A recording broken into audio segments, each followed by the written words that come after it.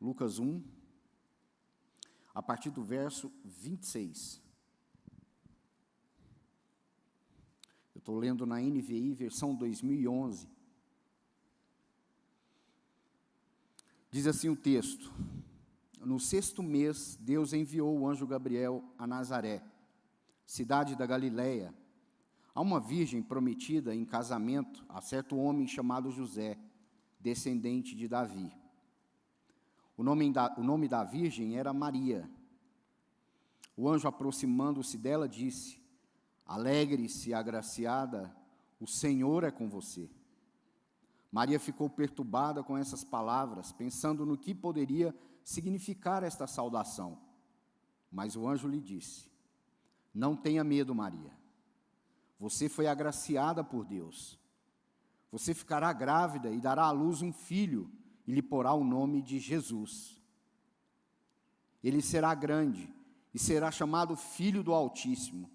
O Senhor Deus lhe dará o trono de seu pai Davi, e ele reinará para sempre sobre o povo de Jacó. Seu reino jamais terá fim. Perguntou Maria ao anjo: como acontecerá isso, se sou virgem? O anjo respondeu: o Espírito Santo virá sobre você, e o poder do Altíssimo a cobrirá com a sua sombra.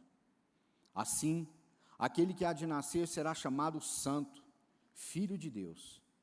Também Isabel, sua parenta, terá um filho na velhice. Aquela que diziam ser estéril já está em seu 6º mês de gestação, pois nada é impossível para Deus. Respondeu Maria: sou serva do Senhor, que aconteça comigo conforme a tua palavra. Então o anjo a deixou. Vamos orar mais uma vez? Pai, em teu nome, reunidos aqui nesse momento, nós queremos pedir que o teu Espírito Santo fale nos nossos corações. Abra a tua palavra para nós. Nesse tempo de festa, nesse tempo de celebração, nós te pedimos que o nosso coração seja aquecido e que as nossas mentes sejam iluminadas pela tua palavra. É isso que pedimos em nome de Jesus. Amém. Irmãos, há um texto do apóstolo Paulo que corrobora bem a síntese desta passagem que nós acabamos de ler, que está aqui na primeira carta de Paulo ao Timóteo. Se você não puder abrir ou puder anotar para fazer a sua leitura depois, 1 Timóteo 3, o verso 16 diz assim: não há dúvida de que é grande o mistério da piedade. Deus foi manifestado em corpo, justificado em espírito, visto pelos anjos, pregado entre as nações, crido no mundo e recebido na glória. Nós vivemos em um mundo mergulhado em crises. Há enormes desafios por todos os lados. Crises humanitárias, crises econômicas, o perigo das guerras, a incerteza sobre o futuro. E tudo isso tem levado a muitos a uma descrença aguda, um exagerado mau humor, ou por que não dizer, uma apatia generalizada, que se confirma pelo crescente número de casos de depressão, ansiedade e suicídio. Somos uma sociedade cansada, no entanto, ávidos pelo próximo lançamento da Apple, ou quem sabe, pelo próximo hit viral que estampará nossa plataforma de streaming preferida. Irmãos, nós vivemos num mundo muito agitado. E às vezes essa agitação do mundo, ela impacta os nossos corações, e nós passamos a viver de uma maneira desconcentrada daquilo que Deus está fazendo, ou daquilo que Deus quer fazer. No meio desse caos, no entanto, há um momento singular em nosso ritmo frenético. Em dado momento do ano, nos tornamos mais sensíveis, mais litúrgicos e até mesmo mais cordiais e fraternos. É muito comum nessa época do ano você encontrar várias e várias ações sociais. É muito comum você encontrar pessoas servindo outras pessoas em condição de vulnerabilidade. É muito comum você encontrar pessoas mais dispostas a ajudar o próximo. E a explicação para isso é que nós estamos num momento especial do nosso tempo. Como eu disse no início, Deus marca a história e o tempo com marcos especiais. E também dissemos, o Natal é o maior deles. Nessa época nos voltamos de novo para o cenário do nascimento de Jesus e nos lembramos, então, da encarnação do Verbo da vida. Se estivéssemos lendo as Crônicas de Nárnia, a famosa ficção de C.S. Lewis, diríamos que o inverno foi embora e a escuridão deu lugar às flores que desabrocham nos vales, enquanto os rios correm desde as montanhas, quase como cantando um hino. Como está o seu coração nessa manhã? Eu espero que o seu coração esteja cheio de fé, cheio de esperança. Embora nós vivamos num mundo extremamente ansioso, num mundo extremamente barulhento, que o nosso coração esteja em pleno repouso, porque nós sabemos, a graça de Deus se manifestou a nós. Portanto, hoje eu gostaria de revisitar de novo essa magnífica história, narrada pelo evangelista Lucas. O grande anúncio de que Deus interviu em seu mundo, manifestando o seu poder e graça para resgatar toda a criação da maldição do pecado. Amados, o evangelho de Lucas é um evangelho especial. É difícil mensurar a importância teológica deste evangelho. Lucas era muito próximo a Paulo e talvez isso explique o quão especial é este evangelho. Lucas, além de médico, era também um historiador e perito em registrar a história. Seu trabalho não era apenas historiográfico, mas principalmente teológico, e o seu trabalho se tornou uma riqueza para toda a igreja de Deus espalhada pelo mundo durante todo o tempo. Observe o prólogo comigo, no capítulo 1, aí de Lucas, dá uma voltadinha aí, Lucas 1.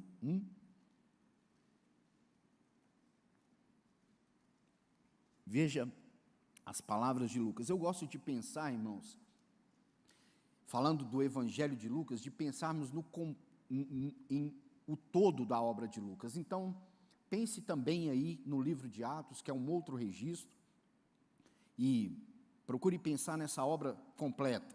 Veja o que ele diz. Lucas 1:1. Muitos já se dedicaram a elaborar um relato dos fatos que se cumpriram entre nós, conforme nos foram transmitidos por aqueles que desde o início foram testemunhas oculares e servos da palavra. Eu mesmo investiguei tudo cuidadosamente, desde o começo, e decidi escrever-te um relato ordenado, ó excelentíssimo Teófilo, para que tenhas a certeza das coisas que te foram ensinadas. Portanto, no seu prólogo, Lucas diz qual é o seu método de pesquisa.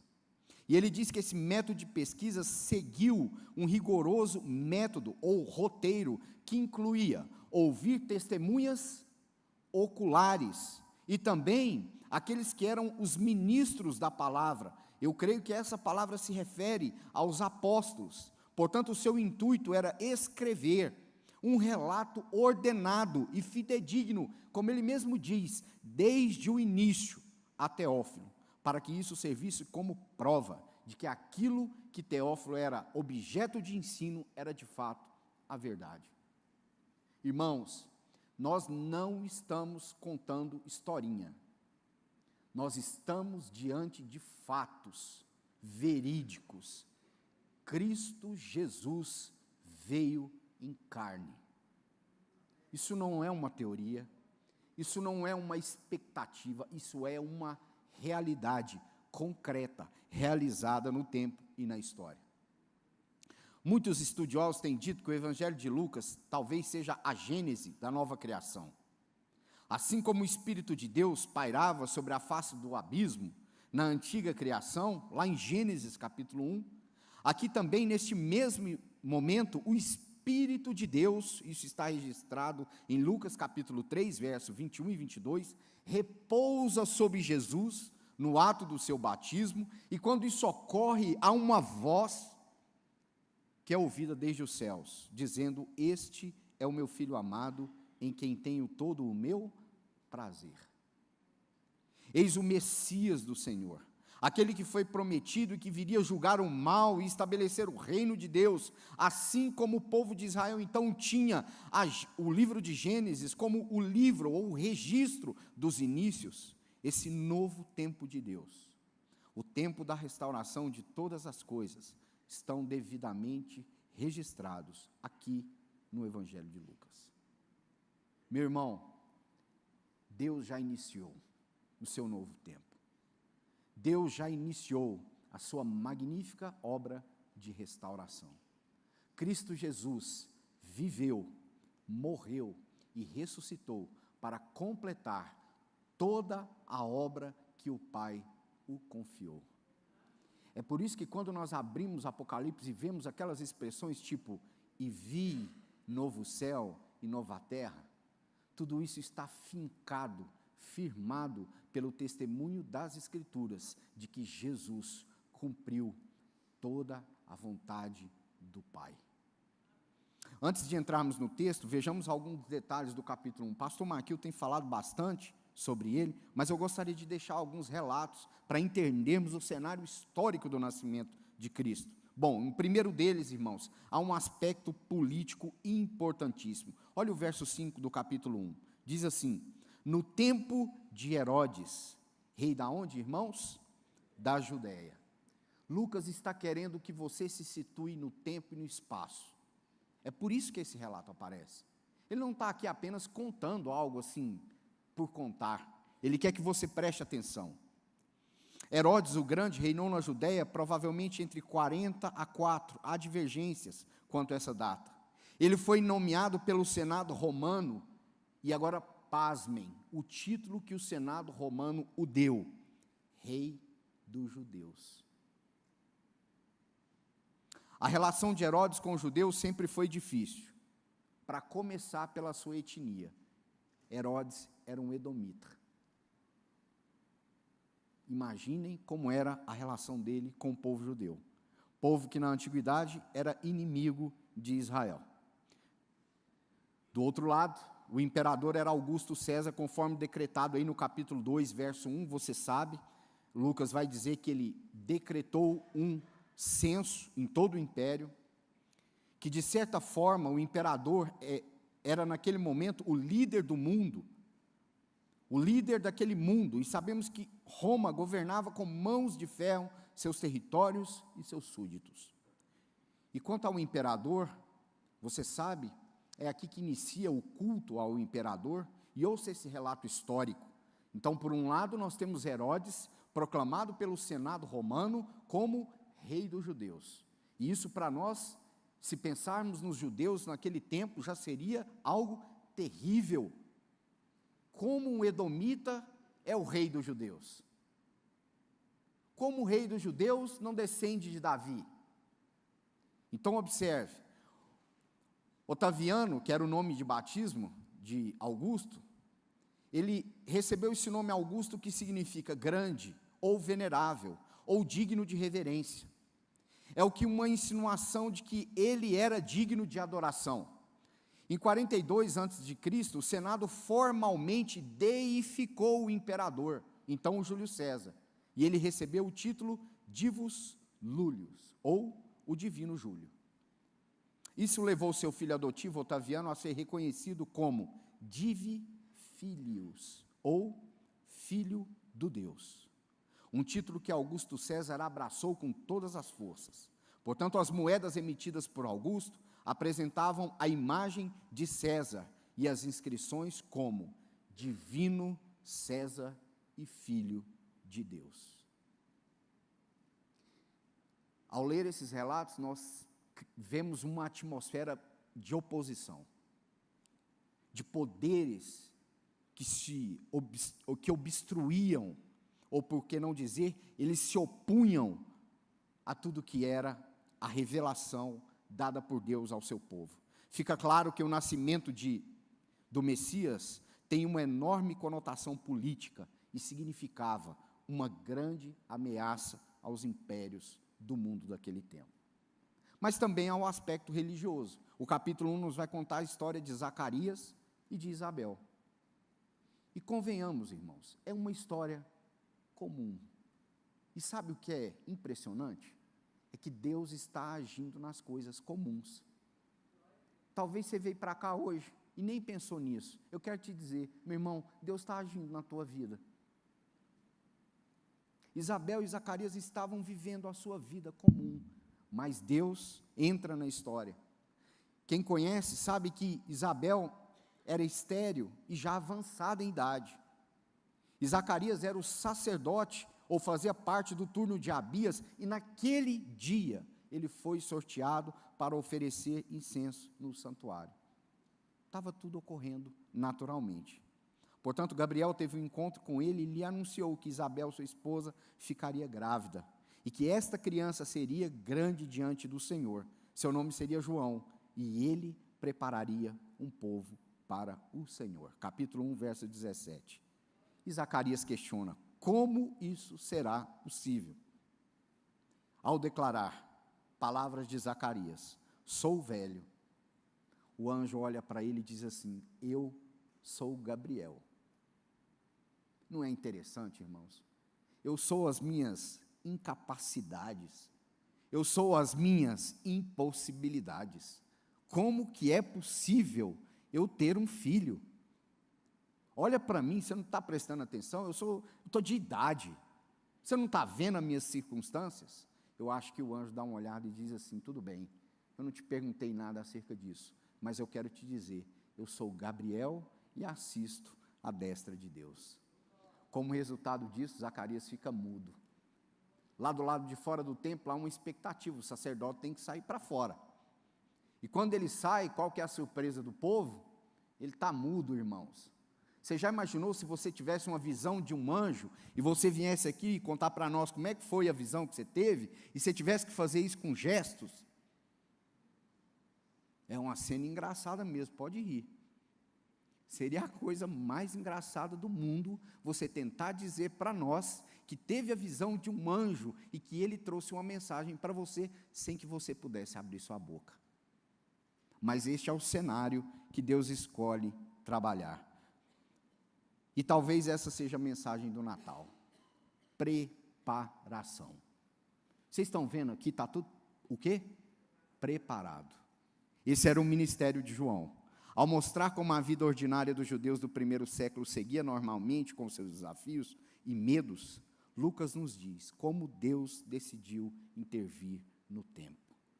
Irmãos, isso é um completo assombro para o mundo pagão daquela época. Quando você vai ler a literatura pagã, você vai ver como eles descrevem a atividade da divindade no tempo e na história. É sempre barulho, guerra, problema. Deus age no tempo, dizendo que enviaria o seu filho. Eu gosto de pensar nisso, pensando na profissão do nosso presbítero Zé Roberto.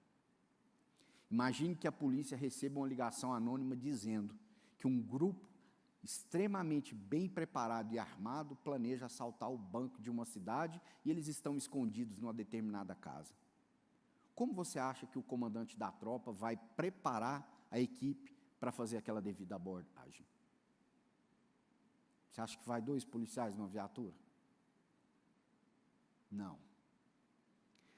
Mas sabe o que me assusta, irmãos? É que Deus está entrando no mundo de tanta oposição, caído no pecado, governado por Satanás. E Deus faz isso, entrando no mundo, na figura de uma criança, de um bebê indefeso. Eu confesso para vocês que eu não consigo entender isso. Para mim era muito mais natural que Deus entrasse e destruísse as forças do mal com todo o seu poder, mas não é esse o caminho que Deus escolheu. Portanto, olhemos agora para a nossa passagem, agora voltando ao texto que lemos no início, no capítulo 1, verso 26. Olha o que diz aí. No 6º mês, Deus enviou o anjo Gabriel a Nazaré. Também é uma coisa tão improvável. Quem vai para Nazaré, irmãos? Quem tem interesse nesse lugar? Uma vila que nessa época provavelmente teria aí, no máximo, alguns falam em 1000, mas os mais conservadores vão dizer que talvez 500, 600 pessoas. Quem vai para Nazaré? Ninguém vai. Mas o anjo de Deus vai. O anjo de Deus percorre um caminho que ninguém percorreria. Ninguém iria àquela vila. E ele foi àquela vila para falar com uma virgem, por nome Maria, prometida a José, que era então descendente de Davi. Se você observa, é um cenário tão improvável. Há uma virgem prometida em casamento, verso 26, parte B, a certo homem chamado José, descendente de Davi.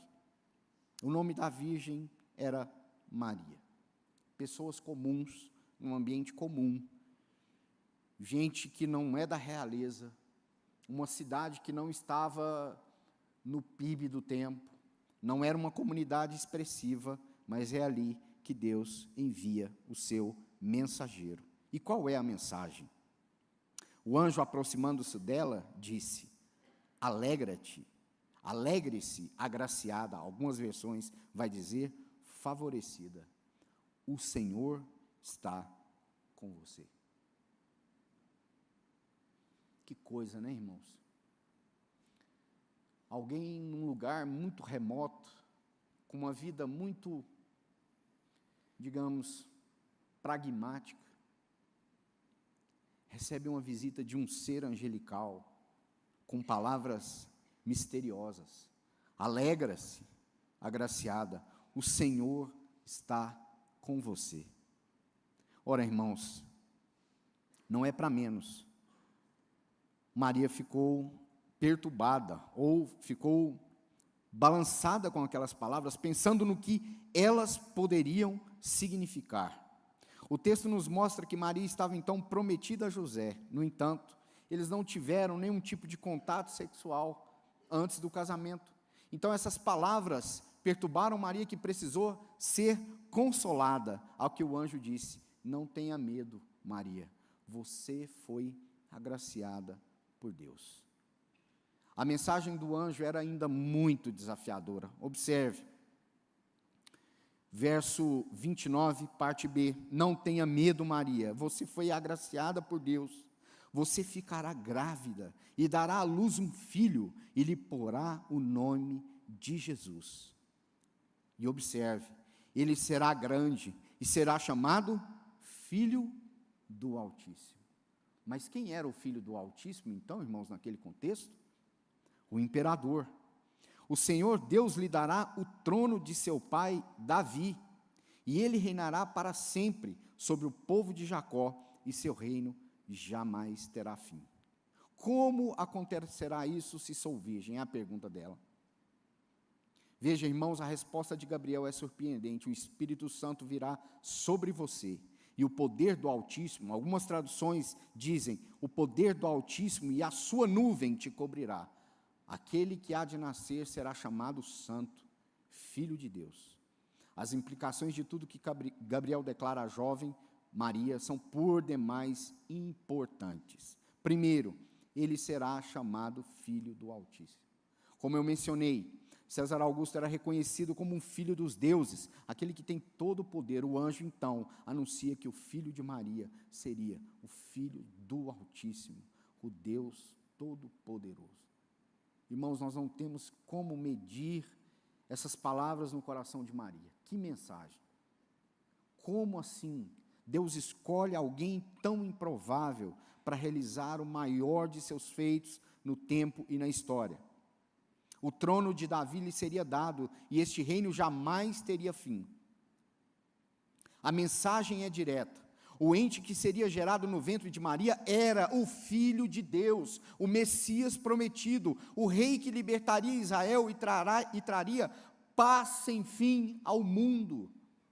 Irmãos, para uma judia conceber tudo isso no seu coração, de que aquele de quem as profecias eram alvo, a esperança do povo de Deus, a esperança de que aquela promessa que Deus havia feito a Abraão, em ti serão benditas todas as famílias da terra, recaem sobre aquela jovenzinha. E o mais assustador, ele é tanto filho do Altíssimo, quanto filho de Davi. Isso implica sua natureza humana unida à sua pessoa divina e eterna. Aquele que viria precisava ser homem para ser o resgatador de todo homem, e precisava ser Deus para pagar o valor exigido pelo pecado. Óbvio que nós não vamos ter tempo para entrar nisso, mas irmãos, quanta coisa deve ter passado no coração de Maria. O seu filho não era só o descendente do trono de Davi, mas ele era o filho do Deus Altíssimo, o Todo-Poderoso, o Santo de Israel. Ele teria a sua natureza humana e também a sua pessoa divina, mas como isso seria possível? O anjo responde: o Espírito virá sobre ti, e o poder do Altíssimo te cobrirá com a sua sombra. Portanto, quando Deus quer fazer algo novo no mundo, o Espírito Santo age com poder.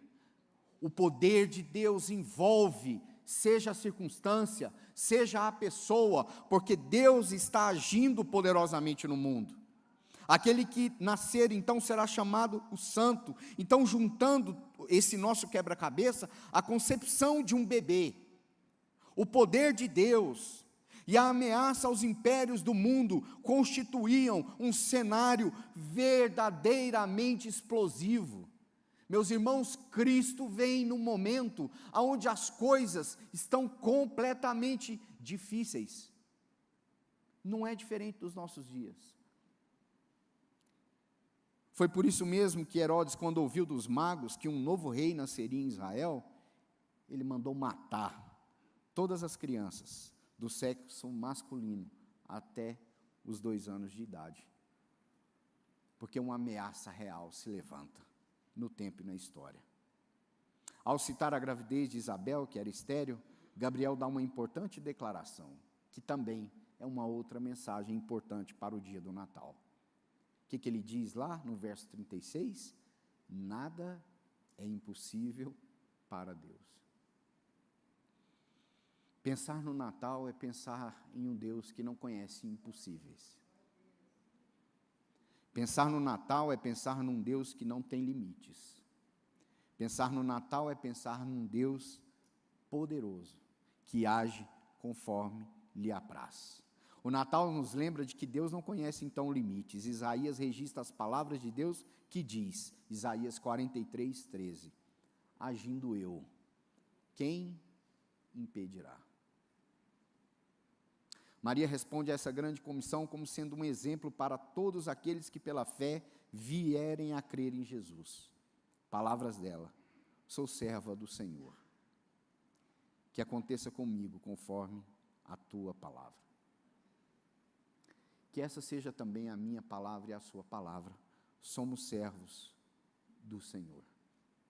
Que aconteça conosco neste Natal conforme a palavra do nosso Deus. O Natal, portanto, é a cristalização de que Deus agiu na história, de que o novo mundo de Deus já é, embora ainda não esteja entre nós. Cristo Jesus venceu. Por isso, nós abrimos Apocalipse e nos lembramos das palavras do próprio Senhor: eis que faço nova todas as coisas. Sonhamos com um mundo onde haja paz, justiça, onde a morte não tenha poder, onde a dor e o choro sejam por fim terminados. Sonhamos com esse mundo aqui e esperamos, por fim, entrar nele. E como entraremos? Entraremos com a confiança, sabendo de que Jesus ressuscitou dos mortos, está à destra de Deus Pai. É isso que nos garante, irmãos, essa certeza de fé aos nossos corações. Portanto, irmãos, o Natal é uma chamada de uma decisão. Por um lado, é uma preparação. É um momento que, veja, o ministério de João foi um ministério para preparar o povo. E o que o Natal deveria provocar em nossos corações? Preparação, para recebermos o Rei da Glória. Não mais como um bebê indefeso, mas agora como o Senhor do universo, aquele que venceu o mundo, o pecado e o diabo. Um apelo àqueles que estão aqui nessa manhã, que ainda não são cristãos, ou não se decidiram pela fé. Talvez o Natal para você não faça o menor sentido. Quem sabe esse mundo justo, onde haja paz, harmonia e vida sem fim, seja apenas fruto da imaginação, e deveríamos apenas aceitar o mundo como ele é. Se esse é seu pensamento, talvez a sua companhia deva ser Nietzsche ou Maquiavel. Mas, com fervor, eu apelo. Olhe para o túmulo vazio. Há esperança de ressurreição, concreta e verdadeira. A nós, os cristãos, ainda me lembrando, o Natal para nós são como aquelas sementes da maçã que de Gore, na ficção de C.S. Lewis, As Crônicas de Nárnia, deu para sua mãe comer, para que ela fosse curada de uma enfermidade mortal. Depois que ela come aquela maçã, ele planta aquela maçã no quintal. Porque o que ele queria era que ele tivesse maçãs disponíveis, para que sempre que alguém tivesse que passar pela morte, comesse aquela maçã e aquela pessoa fosse curada. Mas o que acontecia? Aquelas maçãs não estavam mais em Nárnia, e elas perderam o seu poder. Mas interessante que aquelas sementes se tornaram árvores. E lá no livro ele vai dizer que, sem vento, aquelas árvores começavam a balançar. E ele então pensava, ventos fortes sopram lá em Nárnia. Cristãos, eu, você, que pela fé nos rendemos a Jesus, nós devemos ser essas árvores que sopram ventos de um mundo por vir.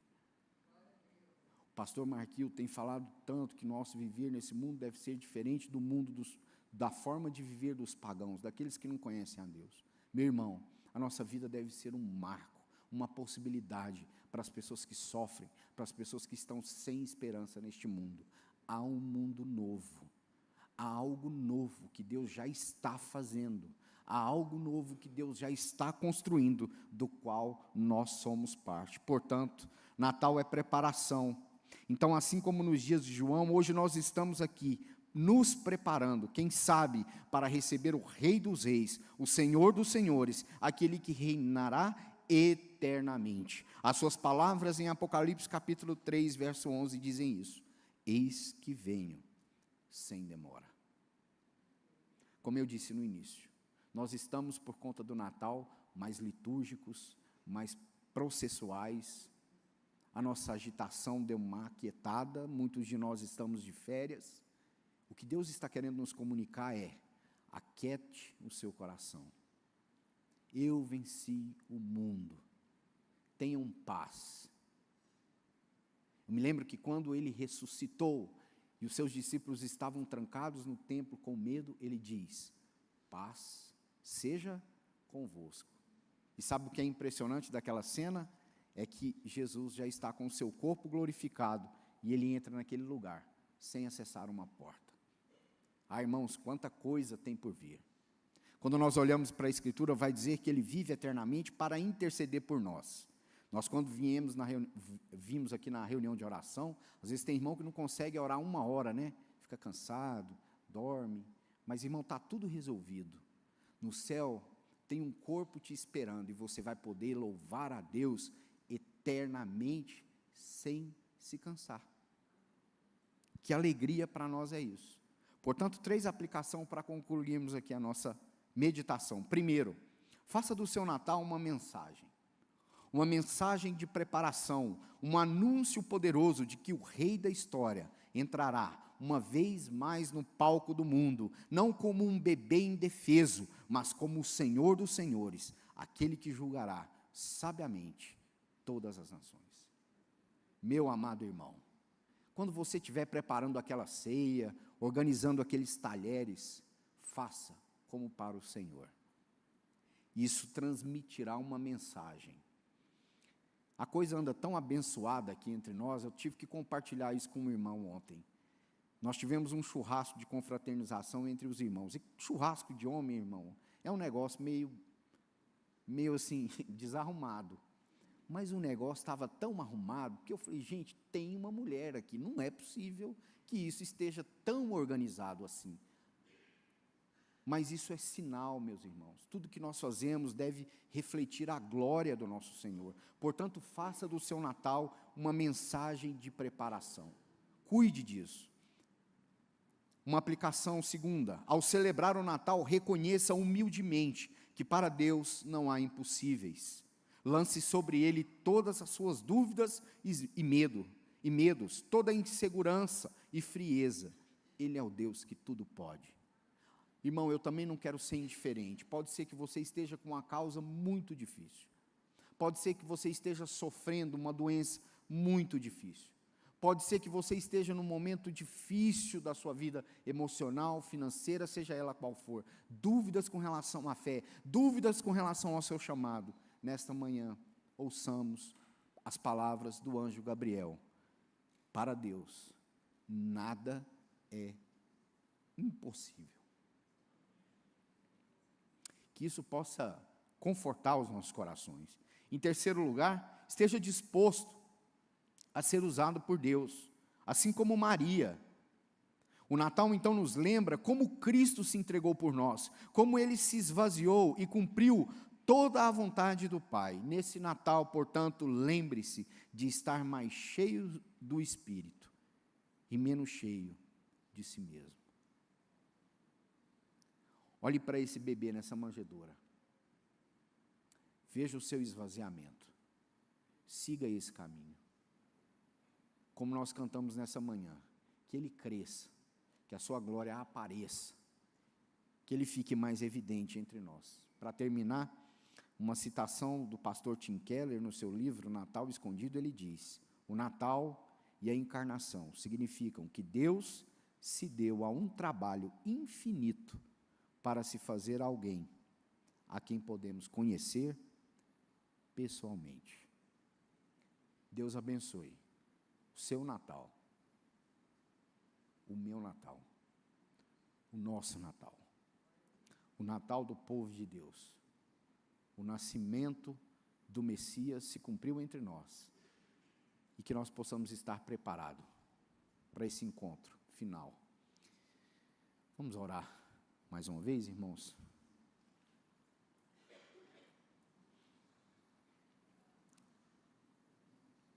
Pai, muito obrigado por poder refletir nessas palavras tão cheias de valor, tanto rico conteúdo histórico, teológico, mas o mais importante disso tudo é a gratidão nos nossos corações. Como diz a profecia, o povo que andava em trevas viu uma grande luz. Muito obrigado porque a luz de Jesus brilhou nos nossos corações. Pai, se há alguém aqui nessa manhã que ainda não percebeu essa luz, não recebeu essa luz em seus corações, que o Senhor possa os iluminar. Nós oramos também para o culto de hoje à noite. As pessoas que estarão aqui nesse lugar. Pai, que a Tua palavra venha sobre nós, que essas canções que serão entoadas possam brotar esse senso de esperança nos corações. E prepara-nos, ó Pai, para nos encontrar com o Senhor. Muito obrigado por essa manhã, obrigado por esse dia. Nosso coração é de gratidão a Ti. Por isso oramos no nome de Jesus. Amém.